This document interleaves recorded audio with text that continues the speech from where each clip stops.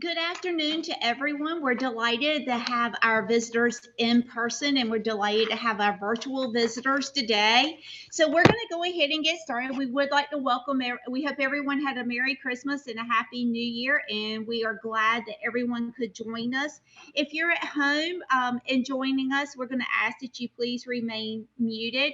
We will have questions at the end of the History for Lunch today, but just as a reminder, our next History for Lunch will be on Wednesday, January the 19th at 12 p.m. We'll have Charles Knight, who is author and curator of military history at the North Carolina Museum of History in Raleigh. And he will be talking about his newly released book, Arlington to Appomattox, Robert E. Lee Civil War, Day by Day, 1861 to 1865. So if you can join us again on January the 19th, that would be great. Today, we would like to welcome Dr. Glen Bowman from Elizabeth City State University. He will pick up from where he left off on his talk in July, the part one of Resistant Inevitability, the Desegregation of Schools in Pasquotank County, 1964 to 1969. So we are delighted to have Dr. Bowman here today, and we're thankful to have everyone with us today too. So Dr. Bowman, I'm going to go ahead and start your share so we can begin the program.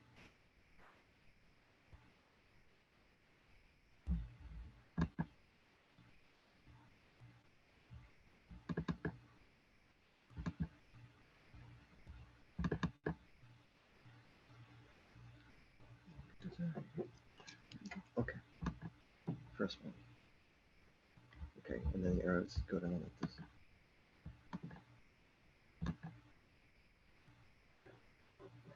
Arrows go down like that. Okay. All right, thank you. Thank you, Lori. Welcome, everybody. Happy New Year. And it's always a pleasure speaking here at the museum. This is, as you know, a very important community asset, as is Elizabeth City State University. And I always like to thank my audience wherever I present for your support of ECSU. And any case, this is lunch, and lunch is usually kind of short, not the longest meal of the day. So I'm going to start. Those of you who are with me and were listening back in summer, notice that I started this topic, and as I mentioned at the time, this topic is so complicated and intricate that it would really be a disservice to simply just present such a long history in such a short amount of time. So I decided to break precedent and break it up. So today is actually part two, Resisting Inevitability, the Desegregation of Schools in the County, 1964 to 1969. And again, this is a continuation. So again, if you were with me, and some of you I can recognize, you were here back in July. So you may go back to that. I know that these are being recorded, and I'm not sure if my presentation from July is available at the museum, but in any case, just like the first time, there's still a lot that I'll be covering, and there's a lot I will have to be leaving out here due to time. And again, this is complicated. It's controversial. There are a lot of things I'm simply going to have to pass because of time. This is history for lunch, not history for the entire day or the entire afternoon. Though one could, and again, I've been working on this intermittently. I have a lot of projects I'm working on at the university. I teach a 4-course load. I'm working, for example, right now downtown, we're trying to get a historical marker to note the 1960 sit-ins. And that actually, I found out over the holiday, was approved. It was approved. So the location of the 1960 sit-ins will become a part of the North Carolina Civil Rights Trail at 303 East Main Street. So again, I have a lot of irons in the fire. And so this is just one of many things I'm working on at the moment. Where are we going to go today? I know a lot of people might recognize the 3 parts as maybe a 3-point sermon. I've heard before that seminarians are taught in seminary that you have to have a 3-point sermon, and I'm not a sermon. This isn't a sermon. I'm not a preacher. I'm not ordained, but I have 3 points today. Where are we going? Electoral foundations and consequences. Mid-decade, 1960s mid-decade developments and complications, and finally resistance and eventual acceptance. So that's kind of where we're going today in our limited time. Why the break? You wonder, why did I leave off and end last time in 63, and why am I beginning today in 1964? And that's a good question, because sometimes historians do that. If you take a class at a university, you might study US history from 1865 to the present, or it might even be 1867 to the present. You wonder, well, why do they choose that date? It's like, the people at that time know that that date was going to be so pivotal? I mean, you think about that, really. I mean, looking back, you realize that certain years are very important. Certain years are more consequential than others. So, and 1964 is definitely a year.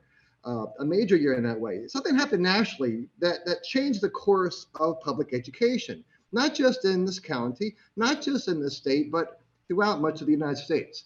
The 60s were definitely a time of great change in this country and such. And 1964 was one of the most important years in that decade. But first thing, what happened in 64? First thing, the Civil Rights Act, passed in July. A landmark civil rights and labor law that, among other things, among many things, prohibits racial segregation in public schools. That was obviously a very key part of legislation. It's still with us. It's still debated to this day, and its protections still are enforceable. And thank goodness for that as Americans. It's but something else happened in that year. And not just the Beatles coming to America. What happened also, November 64 was, of course, the election. Sometimes you hear in the press that elections have consequences. Elections mean something, and some elections mean more than others. Every 4 years, this country has a presidential election, but there are other elections that are consequential. As we know, those of us who live in this county and city know that the elections for those in the office of mayor and city council, those don't fall on the years of the presidential election necessarily. And there are governor campaigns in other states. Virginia had an election last year, but generally, pretty much people know as Americans that every 4 years it's a major election. And November 64 was a major election. Well, what happened in that year?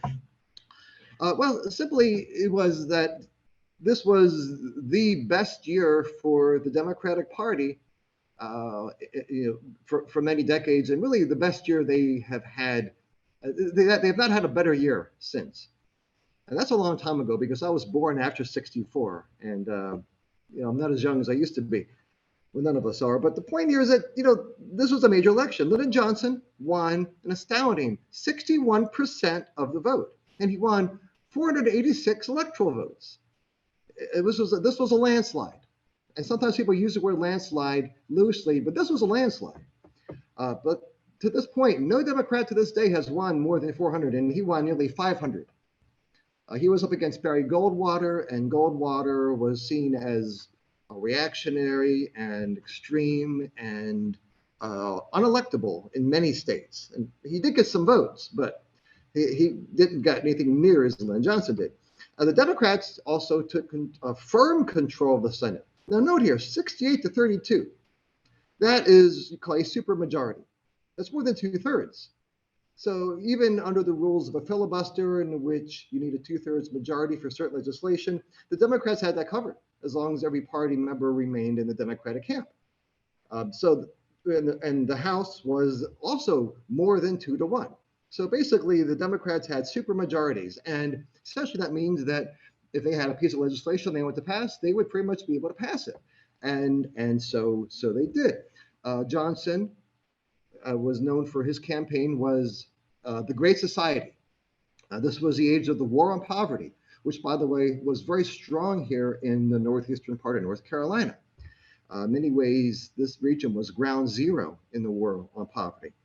But there are many, many laws passed. But in terms of education, the most important law arguably was the Elementary and Secondary Education Act of 1965. Because here's what that did. That marked a new era in schools. That marked an era in which the federal government was now seen as having the right and ability to tell local school boards what they need to do. Historically, in the United States, that view is that education was mostly a local matter. It was a matter of local school boards and enforced by state laws.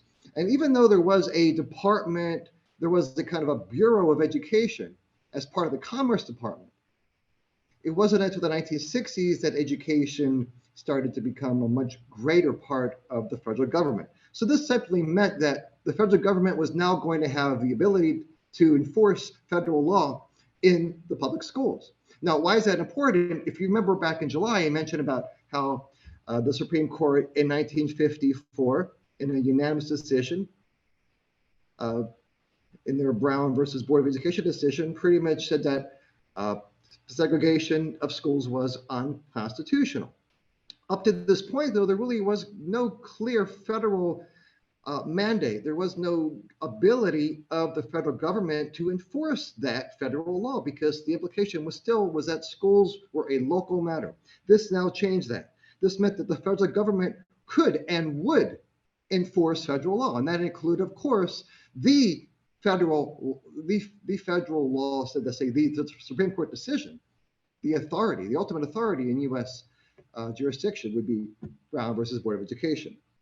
So by this point, the South really had made only incremental progress. In North Carolina, there were some cities that did have minor desegregation. For example, Raleigh had some desegregation. Charlotte has some desegregation. But for the most part, in 1965, segregated schools were still the way it was. And very few cities had more than a few students. Very few cities had more than a few students that were, and again, I mentioned at the last time that there were some, but it was simply a minority. That was going to change because of the election and because of this act. And again, these are game changers. The Civil Rights Act was a game changer. The Voting Rights Act was a game changer. And again, I don't want to overemphasize this, but it's pretty hard not to because it really was that important in terms of school desegregation and also in terms of the civil rights movement in general. The Democratic Party in North Carolina was transformed because of this election. If you read the Daily Events, and I know we may have somebody from the Daily Events here, I think we do, but before this time, if you read the editorials, the Daily Events actually was not supportive of school desegregation. They were not supportive of the civil rights movement. But, and again, the paper had been, since its founding, really more of a Democratic Party newspaper. But this changed it. The Daily Events definitely shifted its views. In the years to come. The Democratic Party in North Carolina and elsewhere also gradually shifted its views because they realized that the Voting Rights Act meant there'd be voters of color, and they needed to try to win those as well. They could no longer win elections only by appealing to white voters, and so that meant that they had to change their tactics. And that was so. Again, this was a consequential election in many regards. Arguably, the Voting Rights Act was almost certainly the most effective piece of federal civil rights legislation ever enacted in the United States. And that's not hyperbole. Okay? That's not hyperbole. Looking back, so again, so these dramatic changes were going to affect the public schools in the country, specifically in the South, and today's talk in Pasquotank County in Elizabeth City. The school board, say the city school board, actually realized this quickly. And frankly, everybody had by this point, but the school board realized that it had to be in compliance with the Civil Rights Act, specifically Title VI. In February, they agreed to produce a document that was a written affirmation of compliance. And the board was going to officially recognize and state clearly and firmly that no student on grounds of race, color, or national origin would be excluded from the schools or subject to discrimination. In other words, the school board in the city was saying, we are on board. We get it. We understand what's going on. We understand what's happened, and we are going to be on board with this. Now, that's what they said. But anybody who's been around politics long enough knows that sometimes people say one thing while they're actually trying to do something else. They talk out of both sides of their mouth. And I think we all do that. It's not like politicians are any different than you and me because we're the ones who put them there in the first place. So the school board said, we're going to be in compliance. But in April, they said that the students would be placed during the upcoming year and placed in schools according to something they called freedom of choice. Now, doesn't that sound ultimately American? Freedom of choice. Burger King, have it your way. Freedom of choice. I mean, who could be opposed to freedom of choice? It's just like, I mean, that's the thing you don't want to take away from Americans more than anything else, is freedom of choice. And so they said their plan was going to be freedom of choice. So the way it was going to work was that parents and guardians were going to be able to tell the school board where they wanted their children to go to school. And parents and guardians would be able to, and were told that they had to, list their first and second choices for their children. In other words, they would select the school. Freedom of choice. You think, well, who could be opposed to that? Because that sounds so great. It sounds so positive. It sounds, I mean, and that was what it was called, freedom of choice. Essentially what it was a way around the enforcement aspect of Brown versus Board of Education. Brown versus Board was 1954. The following year, the Supreme Court laid out exactly more in detail how that was going to be enforced. The freedom of choice plan was simply in many ways a way around that. It was a way to not be completely compliant, but in other words, by putting the burden of that choice on the parents.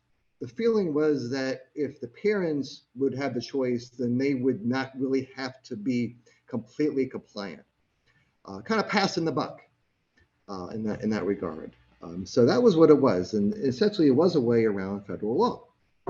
Okay, so and again, there are other changes that were going on, and one thing I want to mention briefly here is starting in about 1965 across the South in particular, there were some who realized these changes and decided that they did not want to have their children in the public schools any longer. And as a result, a number of private academies popped up all along the South.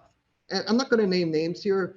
I'm just not going to do that because, A, I don't know the histories of each of these private academies. And I know that there are some private schools that have been around who were ready to follow federal law and who did not see themselves as an existing as a mere ways to be a way around it. But the fact is that there were new private academies that were established. You see definitely a sharp increase starting around 1965. And I'm going to leave it at that. Now, the school board, the Elizabeth City School Board actually, and this comes from the documents, I've actually looked through the minutes of the school board. And there were additional steps. This is a document entitled Additional Steps Towards Staff Desegregation, also 1965. Now, this included several changes. For example, the school board now mandated that no new teacher would be hired or employed who was not willing to work on, quote, a completely desegregated basis. Progress there. In addition, there would be no requirement or request for identification by race or photographs.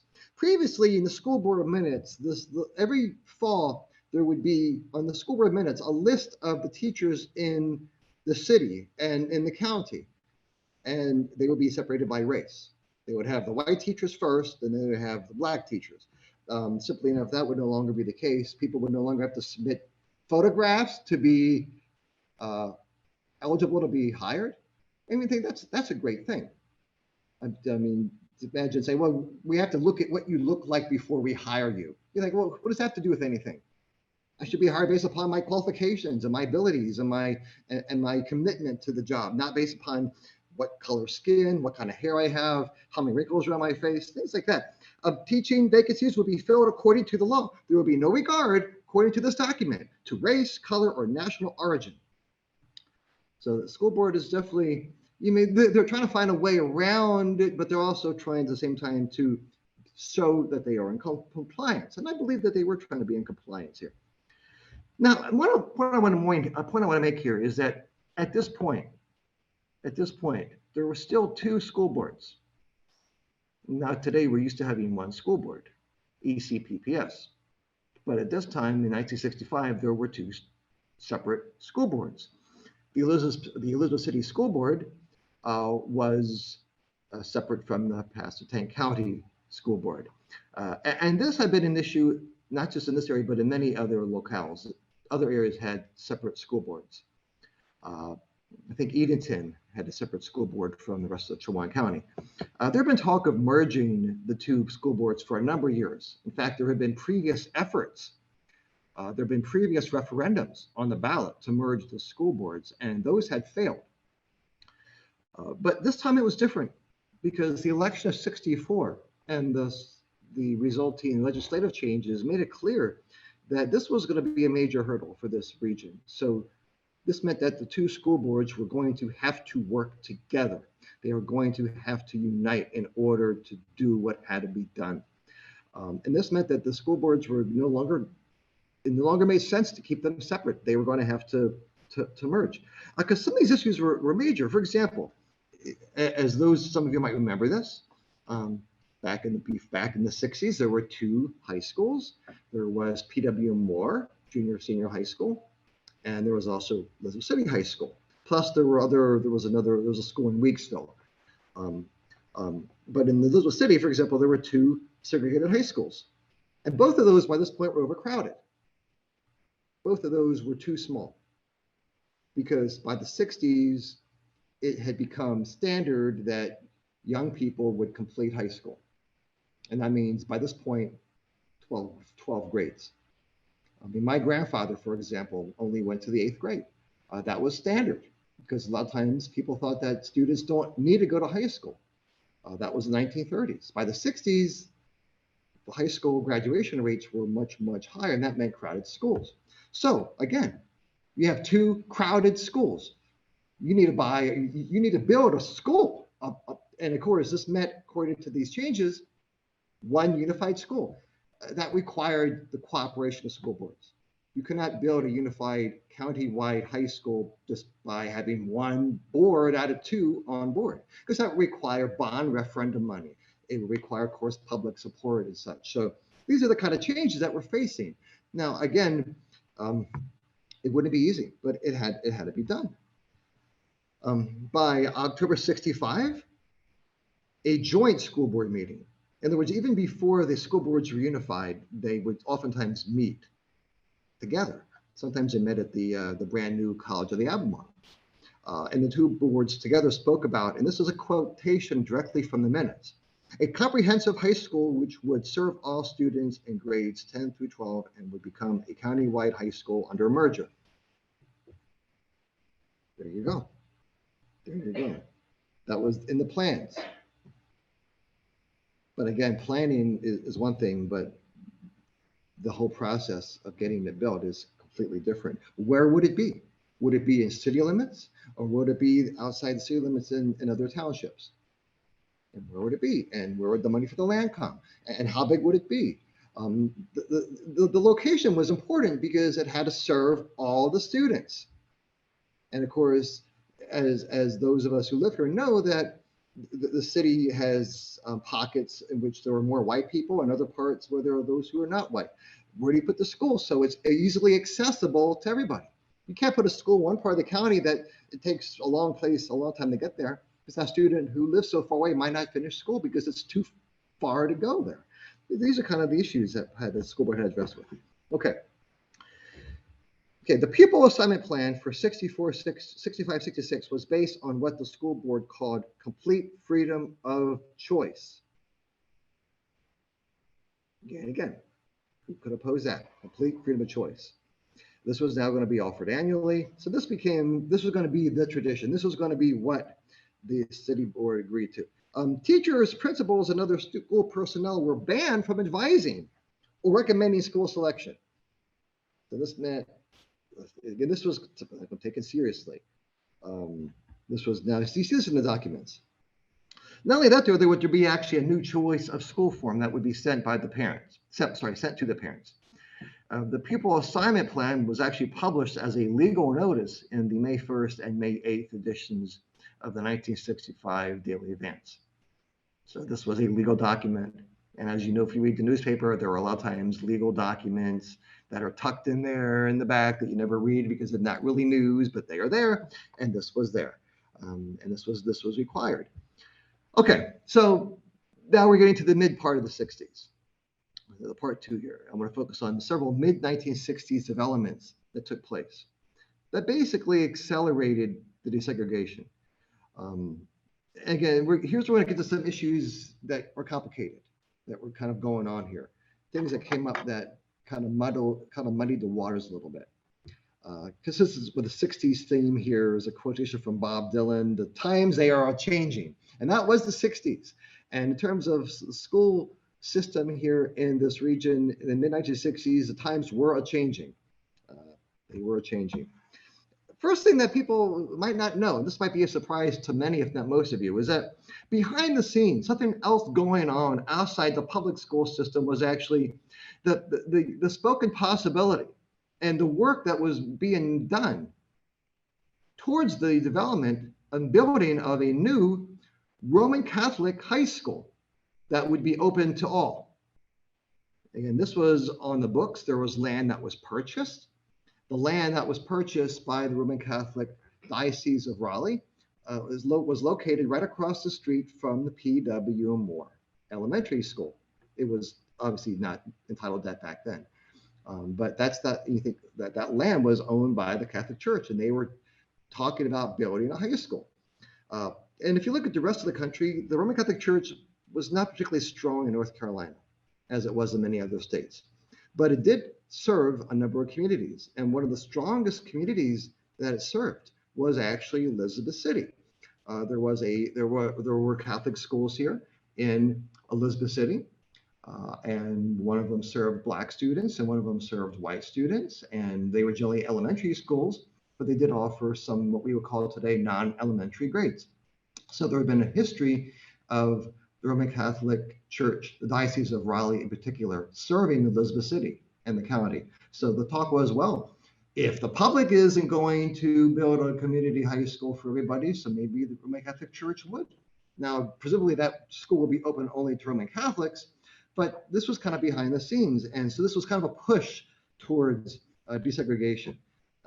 Maybe perhaps sometimes forgotten is that Bishop Vincent Waters was the bishop of the Raleigh Diocese for nearly 30 years. He was known for opposing segregation even before the Brown versus Board of Education decision. He supported it, and he actually was criticized for sometimes being almost too aggressive by some. Some said that he was doing too much too fast, and there was actually he basically forced the congregation in Newton Grove, North Carolina to desegregate, and there was some pushback. But Waters deserves credit for actually being a pioneer in this effort, and he was criticized. But he was a good, decent person who loved the people of the state, and he believed he was doing the right thing. And so he was still around, and he was kind of helping to push for this high school. That was never built, but it was behind the scenes, kind of one of these developments. Okay, another sign of change in time was in 1967. Dr. Clifford Bell Jones Sr.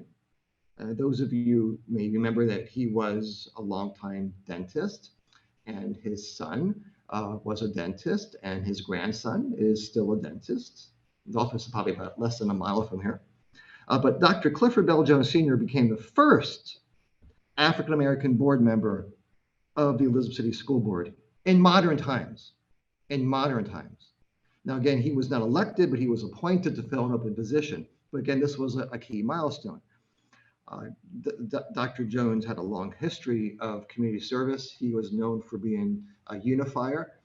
And Dr. Jones, if you go to ECSU and you go to the post office is named after Dr. Jones Sr.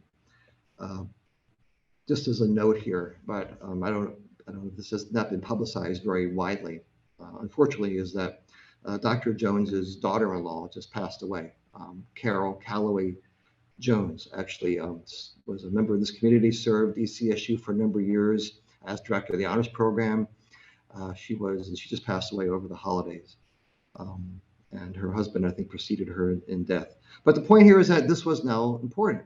There was now going to be more representation and hopefully greater impetus for change. I should say the modern board because back in the 1890s and 1880s, there were Black members of the Elizabeth City School Board. And ultimately, after the 1898 white supremacy campaign and 1900 referendum that basically prohibited most blacks from voting in North Carolina, that gradually, I should say quickly changed. But he was the first for close to about 70 years. He did not win election in 1968 because 1968 was a very bad year for Democrats. But in any case, but he was appointed. So that is something, and that means something. But perhaps the most important change might have been the unification of the school boards. And finally, by 1967, the voters realized that this had to be done. So it was. But for the rest of the decade, the two most pressing concerns regarding desegregation were first, the construction of the new consolidated high school.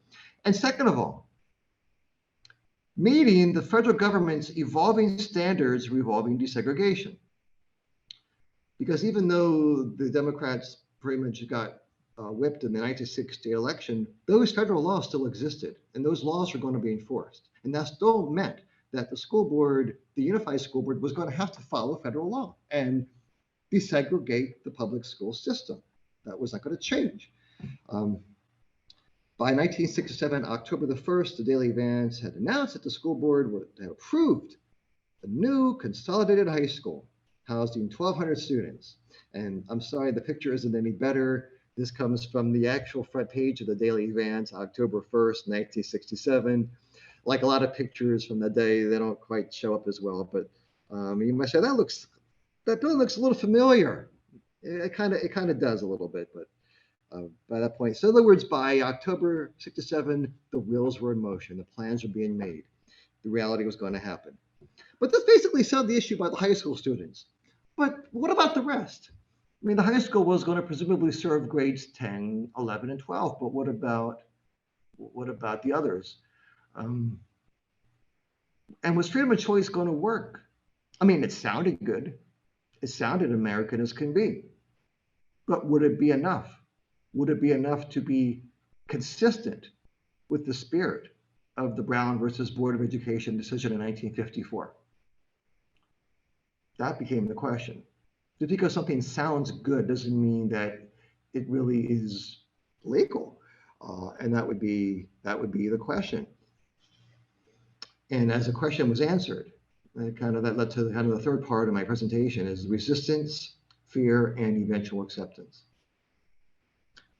And again, I was born in the late 1960s, so I lived through this, but I literally had no idea what was going on. But I know enough about history to know that this was a pretty traumatic time. It wasn't just about school desegregation. It just wasn't about civil rights. It was about the Vietnam War, among other things. It was a tense time in U.S. history, and such tension was clearly evident in this public school desegregation. And there were several areas for concern, several things going on. First, it was becoming apparent that the state of North Carolina in particular, and the federal government had different approaches to measuring the success of desegregation. In other words, the federal government was going to start to seriously question the efficacy of the freedom of choice plan, the pupil assignment plans that were issued throughout the state of North Carolina. I mean, the state, John looked at it this way. The states believed that desegregated schools meant that the people had a choice as to where they wanted to go to school.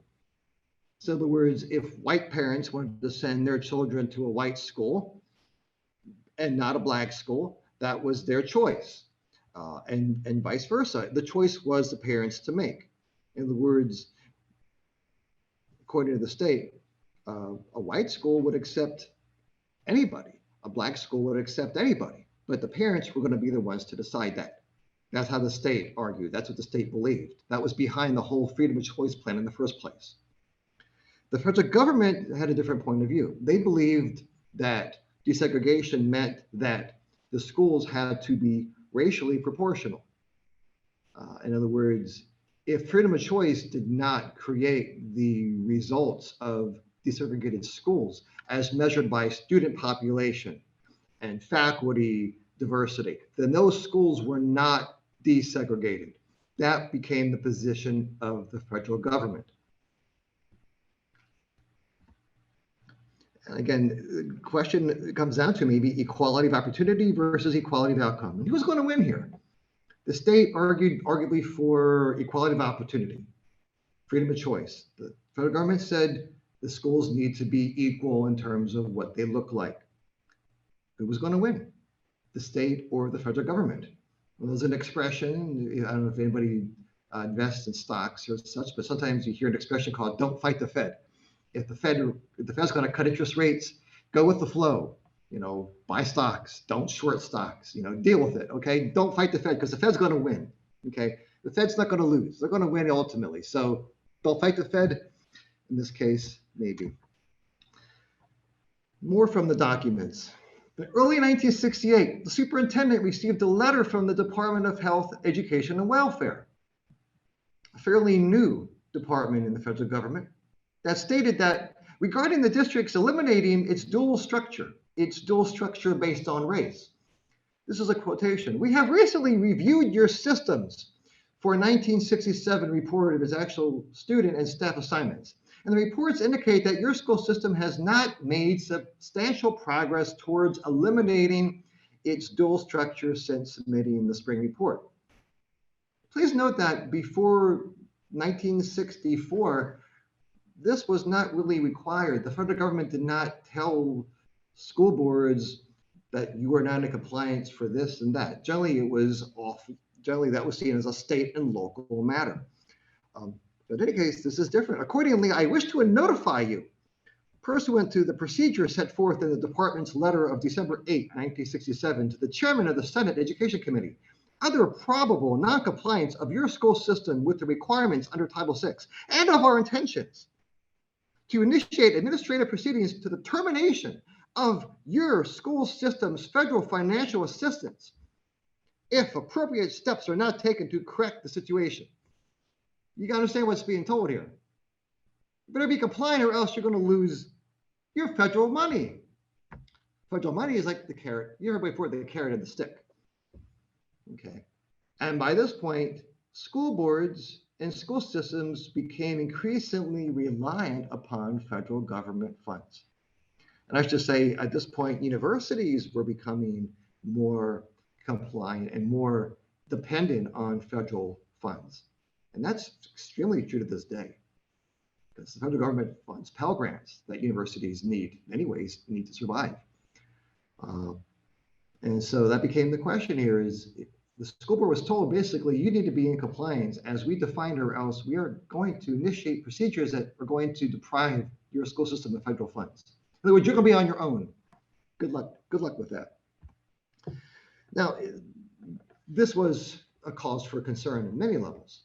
By the way, this came from the Department of Health and Education and Welfare. Now, this is called now Health and Human Services. But this was a brand new department that had been invented only in the 1950s. It was and is the only department in the federal government created by a president. Generally, most times it's done through kind of a joint effort, including Congress. This was done by President Eisenhower. So some people didn't believe that this department was legitimate because it had not gone through what they saw by this point as the proper constitutional procedures. By the way, in 1962, this was changed. No president today can mandate the creation of a department. It has to go through the proper procedures, Congress, and so on. So some people saw this dictate this threat as illegitimate. So there's more tension here. You see where this is going. Of course, who would win in this case? The states or the federal government? Constitutionally, as we all know from the Constitution, that there are some rights that the states have that they are enumerated. The federal government likewise, and that's a constant issue in U.S. history: is who's in charge here? Who gets to rule on this? Who makes the decisions? Is it the state or the federal government? I mean, this issue is constantly coming up because it's really part of American federalism, and I just don't see that ever changing. In any case, the federal government, i.e., I should say the Supreme Court, ruled on the freedom of choice In May 1968, the Supreme Court ruled in Green versus County School Board of New Kent County. They ruled unanimously that freedom of choice plans are inconsistent with a system of admission public schools on a non-racial basis. That meant freedom of choice was dead. It was declared by the Supreme Court unanimously as unconstitutional. So now school boards were going to have to form new plans towards rapid desegregation, because this has been like 14 years since Brown versus Board. Think about it, 14 years. There are some students who were kindergartners in 1954 who are now in high school, and the schools were supposed to be desegregated back then, and it's still not happening. So it's basically get with it already. Get this done. Not only that, but Green established 5 specific factors, identified 5 factors that would indicate whether or not a school system is and has been desegregated: faculty, staff, transportation, extracurricular activities, and facilities. Now, this meant that this was not just about students, this was about a lot of things. The Green decision essentially meant that communities throughout the United States, far outside of the South, were going to have to deal with something called student busing, school busing. And if you remember this back a couple years ago, but during the primary debates, the Democratic Party presidential debates, this came up in the debate. Kamala Harris actually mentioned and pointed out that President Biden, back in his early career in Delaware, which by the way was a border state, Delaware is kind of part north, part south, which is why we have the University of Delaware, historically white, Delaware State University, historically black. But that was an issue, and Biden opposed school busing back, way like 50 years ago or so. I mean, it was an issue, and a lot of communities outside the South face this, because Green meant that some students were going to have to be bused in and be on the bus for a long time because they were supposed to go to a school that was, and again, this caused controversy, and arguably in many ways, this created a backlash in the 1980s. Against this. But in any case, so Green was very important. And how did it affect this community?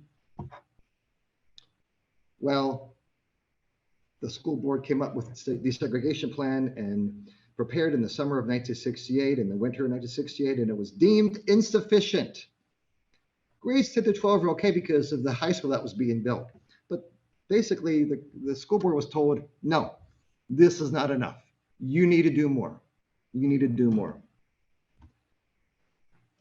During the 1969, early January 69 school board meeting, the superintendent referred to a letter from HEW that said that the pupil assignment plan that was submitted in December 68 would not be acceptable.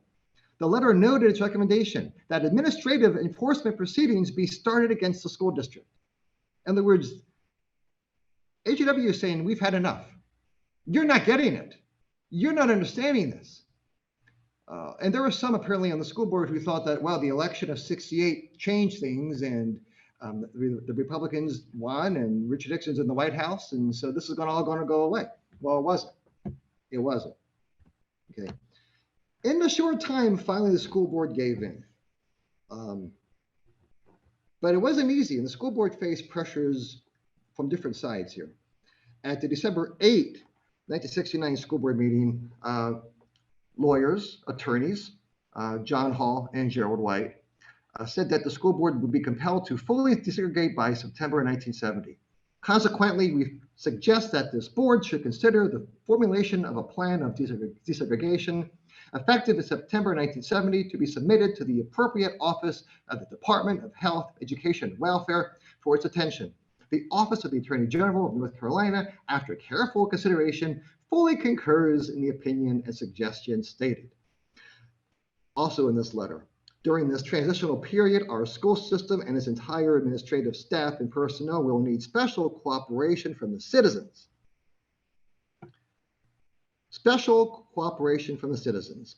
They all knew it was going to be a tough decision and it would be a tough transition.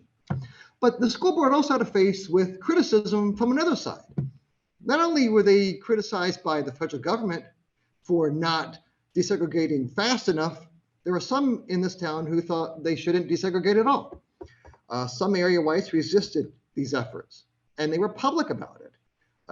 There was a group called the Albemarle Citizens Council, It was organized. And then some members actually came to school board meetings and spoke vehemently against desegregation, vehemently. And these were, again, they did everything they could. They put ads in the paper.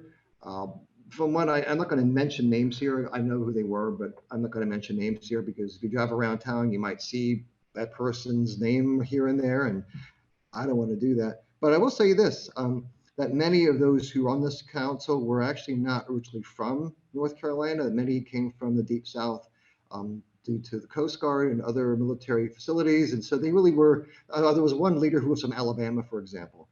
And Alabama was far more against desegregation and far more supportive of segregation than, let's say, the northern southern states like Virginia, well, I should say Virginia maybe, but Delaware and North Carolina in particular.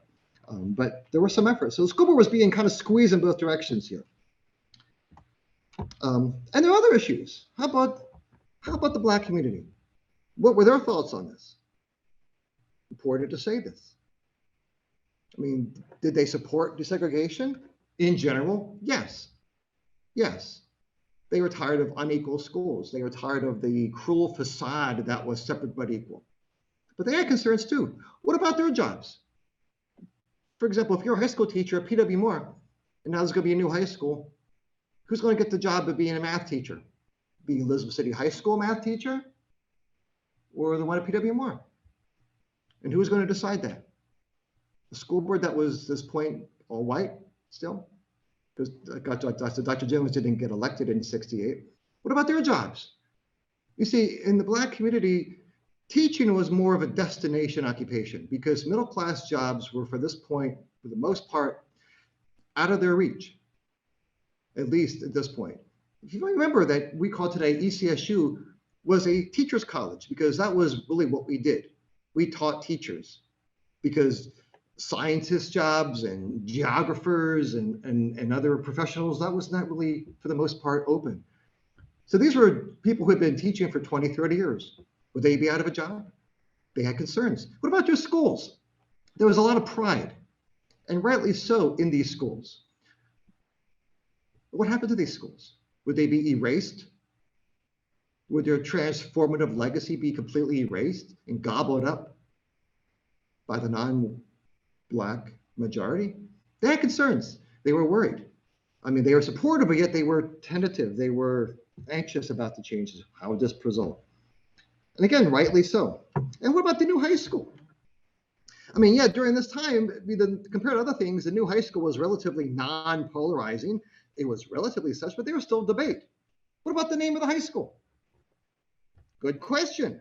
And of course, local authorities had different opinions. The Rotary Club recommended Miles L. Clark, who had been a benefactor to Elizabeth City High School, specifically to the band.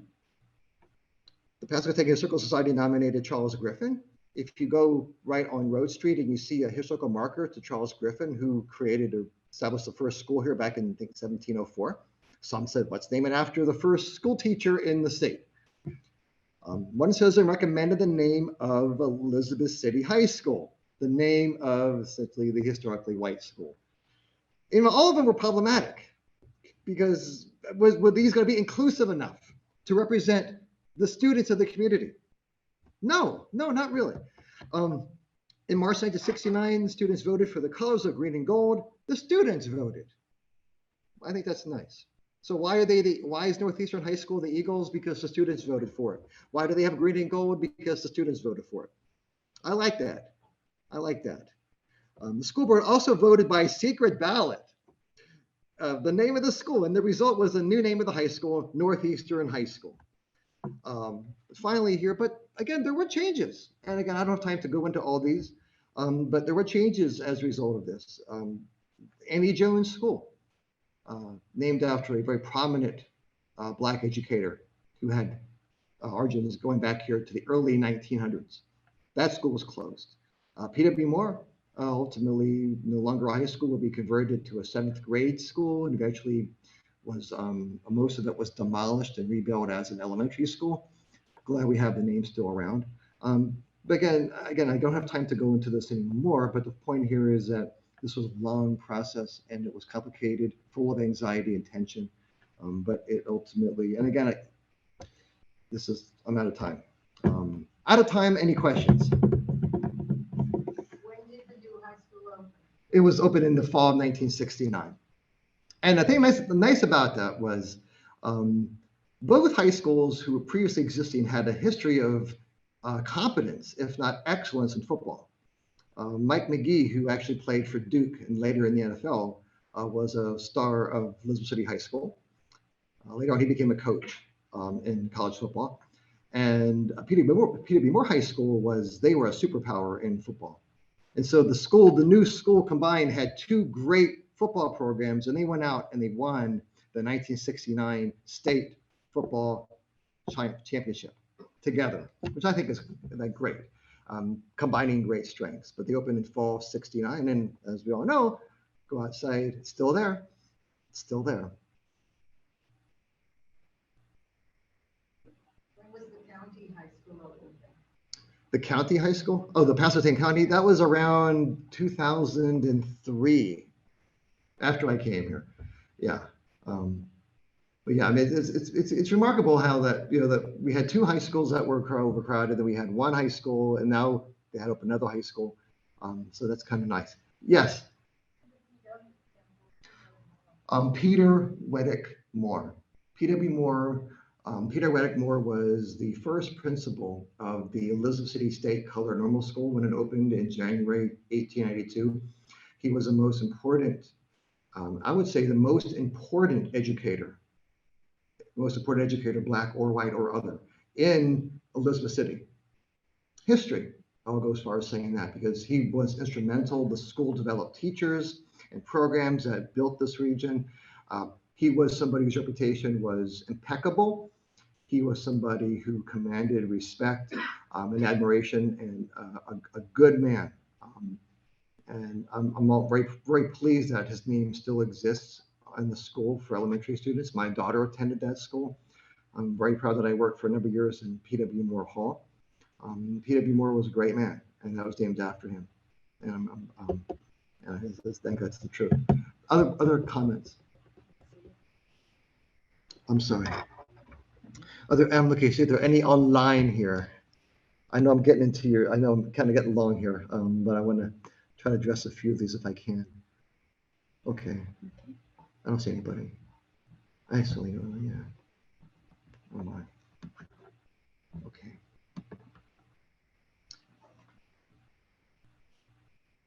Anything else? All right. Well, I thank you for being here. Thank you for taking your Wednesday afternoon, and have a great rest of the day. Thank you. Thank you to everyone for joining us today. We were glad that Dr. Bowman could be with us, and thank you if you joined us online, and we appreciate everyone coming today. Just remember, our next History for Lunch will be Wednesday, January the 19th. Thank you.